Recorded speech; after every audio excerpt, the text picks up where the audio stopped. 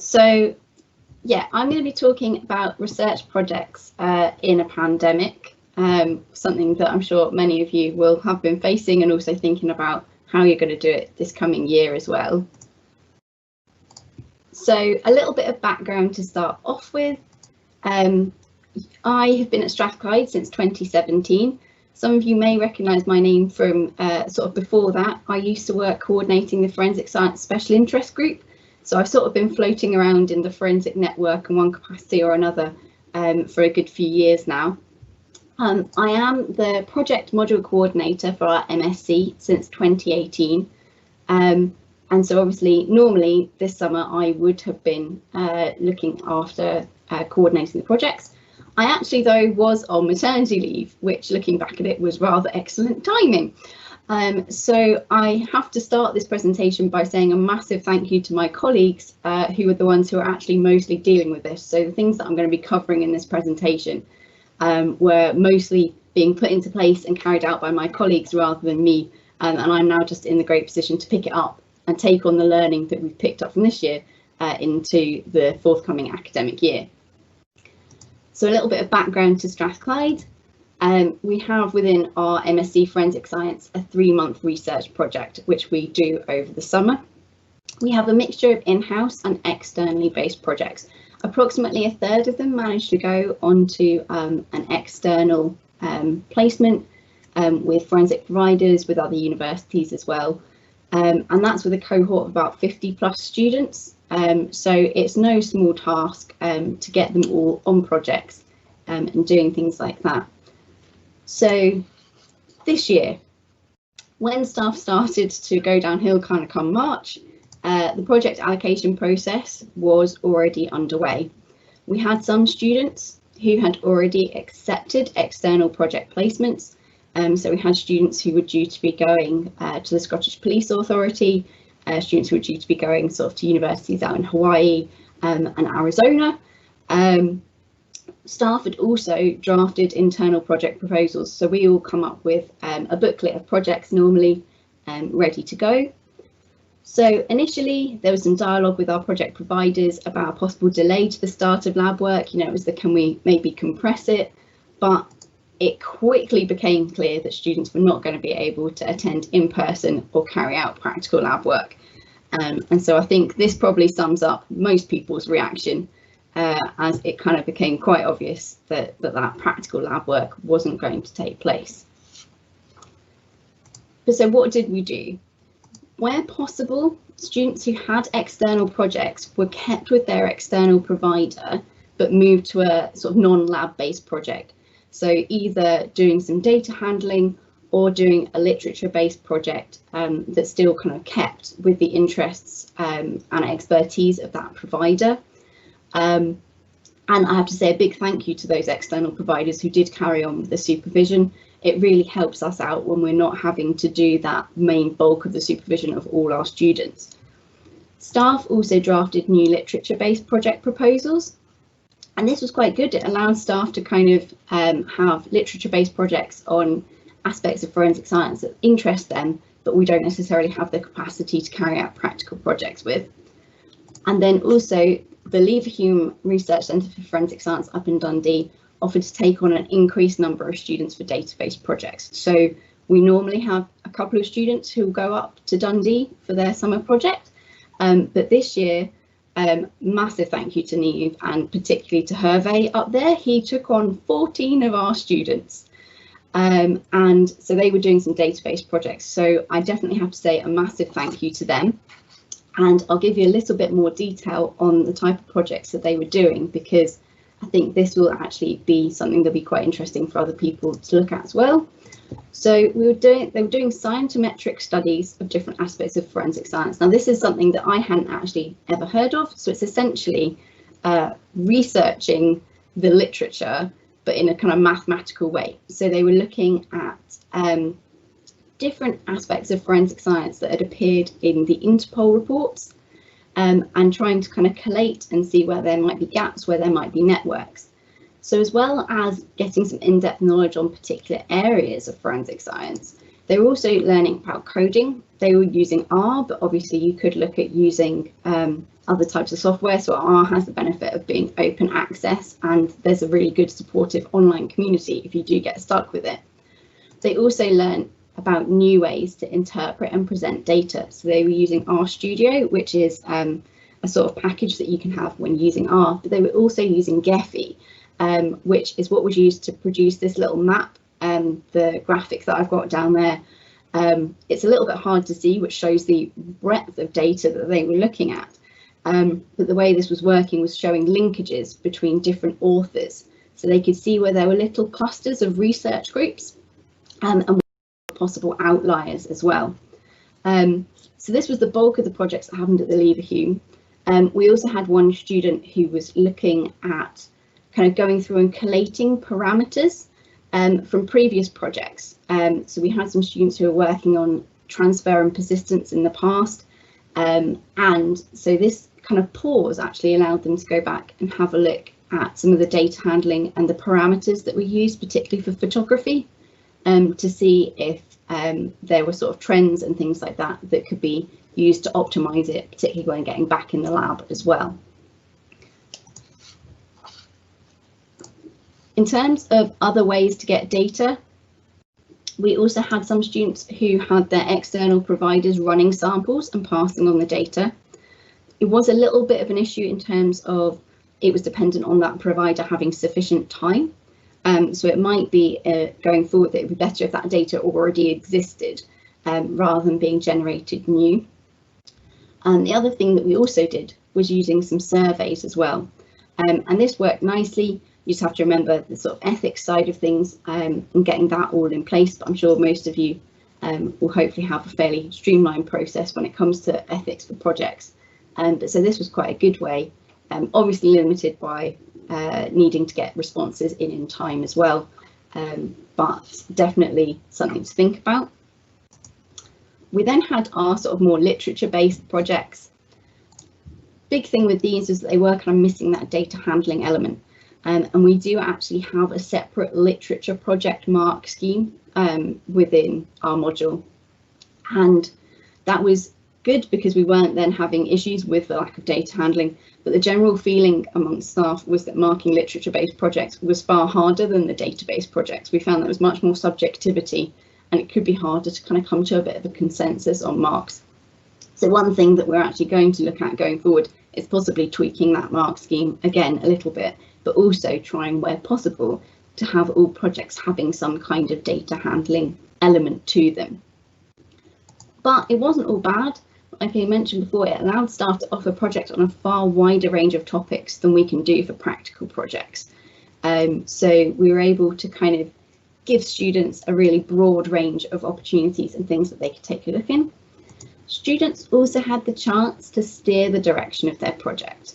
So quite a few of our kind of topics were very broad, and that allowed students to kind of hone in on the areas that they were interested in, but it was a bit of a double-edged sword. Some students found it very difficult to try and kind of narrow themselves down a bit, and that kind of meant that sometimes kind of keeping them on track and on schedule was a bit of a challenge.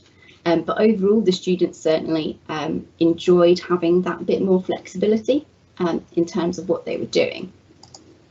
So overall, what did we learn? I guess the first and most important thing is it is still possible to successfully run projects. We've had some really good feedback from our cohort. We've also had good feedback from our external examiner as well. An increase in student support is welcomed and appreciated. So normally we would be kind of probably meeting our students every couple of weeks, obviously often bumping into them in the lab at other times, but we kind of really upped that. So we were having regular weekly meetings with our students from a supervisor perspective, but we were also keeping our personal development advisor system going as well. So normally we do that during the autumn and sort of second semester, but that tends to tail off during the summer. But we actually kept our personal development advisors and their support going as well. And that meant that the students didn't feel like they'd just been given a topic, kind of dumped and abandoned.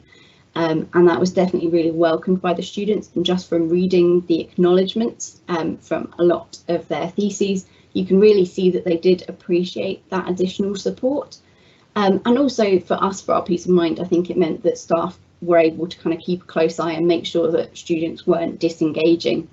And obviously we all wanted them to kind of get through this difficult year and get out with a project and an event, their MSc at the end of it. The students also do understand that it's a difficult situation. I think that there was a fear that we might get more of a pushback in some areas, but the key thing I think was keeping communications clear as possible, and that's something certainly that I'm going to be trying to build on and make it as clear as possible and be as honest with them as possible as to the situation.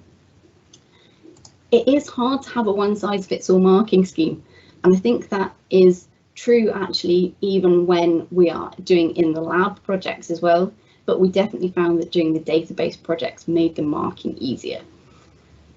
And then also that the students do still learn plenty of skills even if they aren't in the lab. It may be slightly different skills, but we mark our students not just on their theses but also on a skills matrix, which we apply to both practical projects and literature-based projects normally. But there are key things that kind of come through in terms of timekeeping, participating in meetings, some of the background knowledge as well, and their levels of application, plus their communication. So we are looking to give them more opportunities to present, because that's a skill that they can really demonstrate and develop as well. So looking forward to this year, when the responsibility is falling back on my shoulders to get it all organised, I'm trying to be as honest and open with the students, so they know that at the moment they maybe don't have as much information as they would in a normal year, but that is because rather than putting together a nice project handbook for them just now, that I then have to go, oh, actually, can you get rid of that one? I've had to completely change everything. We know that we're kind of holding back and certainly waiting until Christmas before more things kind of go live and they're given more information. We are still working with our external providers. We're really lucky with our providers that they're all still kind of talking about hopefully having students in the summer. So obviously, first aim is to try and see if we can get students externally if the circumstances allow, but also looking to see if they do have any data or things that could be worked on that we could do with the students remotely, but so they're still getting that external input. And so they feel like it's a project that is really helping to contribute, because that's all what we really want is students who are doing research that can then go out and be used in the field. We are introducing formal project presentations as well. So these can obviously be done online using things like Zoom or Teams, and it helps develop those skills that they have as well. We are trying to ensure that all projects will have some aspect of data handling or analysis, help building those skills, but also making our lives a bit easier when it comes to the marking. Also looking at possible training and using things like R or MATLAB, once again to kind of get those skills up. And we've been thinking about ways to generate data. So obviously one of the easiest ones is using existing sources of data. So if there are repositories, and that's something that I'd be really interested to hear about, actually, if anyone has any data that they think might be quite useful and interesting for student projects, do let us know. One thing we've also found is student cohort responses. There's quite a lot of things that can be done online. So I currently give a lecture on fingerprinting and finger mark comparison. And I just very quickly got the students on our online platform to put in whether they'd identified for each of their fingers if they had a loop, an arch or a wall. And I was like, we'll do this and we'll just compare it to the values that you see published in literature to do with the percentage of commonalities. And they all put them in, and lo and behold, the percentages matched up, which I think I got more excited about than the students did. But there's a lot of extra work that you could do with that, because what I did notice was actually for one finger in particular, there didn't seem to be as much spread. It tended to be that it was either one thing or another rather than across the three. So even with something that took me sort of 5 minutes to set up, there's a little body of data that somebody could drill further into as well. And obviously the external provider generated data as well, that's really helpful. And surveys too. They can obviously involve a lot of work at the start, but I think they can have a lot of value, and they can also help give students greater links out into the forensic community as well, depending on the questions that they're asking as well. But the main thing looking forward is don't panic. We got through the last year's projects. This year is definitely going to be a challenge. I don't think there's any reason to beat around the bush with that. But trying to be as open and honest with the students without wanting to throw more doom and gloom. We don't just have COVID, we also potentially have Brexit implications to think about as well. But so I think trying to turn it into a positive, looking at these ways that we can innovate and things that we can kind of carry on using going forward. So certainly training using R and MATLAB has been something that I've been thinking about for a little while, but this has kind of given me the push to maybe try and look into it a bit more as well. So that is enough of me kind of waffling on, hopefully not taking too much credit for the excellent work that my colleagues and the people at the Leverhulme did. Like I said, I really can't take too much credit apart from returning all the marks at the end of it. But so does anyone have any questions?